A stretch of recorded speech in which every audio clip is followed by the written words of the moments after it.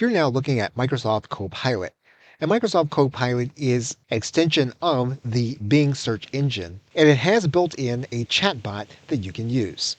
And basically, it's here where if you need help with scripting or putting together scenes, you can query a chatbot about the best approach for the process.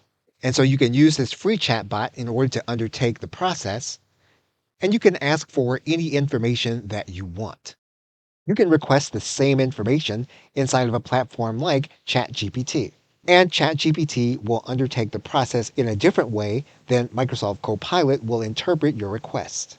Now, there are a number of different platforms. You'll want to choose the one that gives you the best results. And in most cases, there will be a free and paid version. And while you don't need to have a paid version of all of the chatbots, it would be beneficial for you to have the paid version of one of the available chatbots. And it's a good idea to grow in understanding of how each chatbot processes your requests and how you can use them best to assist you in the scripting of your videos.